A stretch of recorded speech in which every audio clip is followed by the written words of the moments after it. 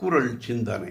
அரிய பெரிய பேரின்பத்தை விரும்புவோர் சிற்றின்ப நிலைகளில் நலன்களில் விரும்பி தீய செயல்களை ஒருபோதும் செய்ய மாட்டார். அருந்தல் பொருந்தல்களில் நுகர்ந்து ஐம்புலன்களும் மயங்கி வருவதில் இயங்கி வருவதே இன்பம் என்று இந்த மனிதகுலம் மகிழ்கிறது, கொண்டாடுகிறது. ஆனால் பல அல்லல்களுக்கிடையில் நிகழ்ந்து வருவது புல்லிய சிறுமையான இன்பமே சிற்றின்பமாகும். ஆதலால் பிறர் பொருளை கவர்வதால் வரும் நிலையில்லாத சிறுமையான தீய இன்பத்தை விரும்பி அறமல்லாத செயல்களை அறிவுடையோர் செய்யவே மாட்டார்கள். ஆகவே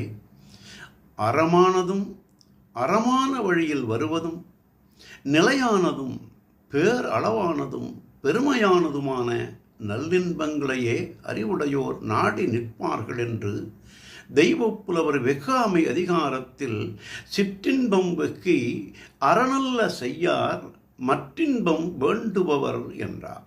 நாளையும் சிந்தி.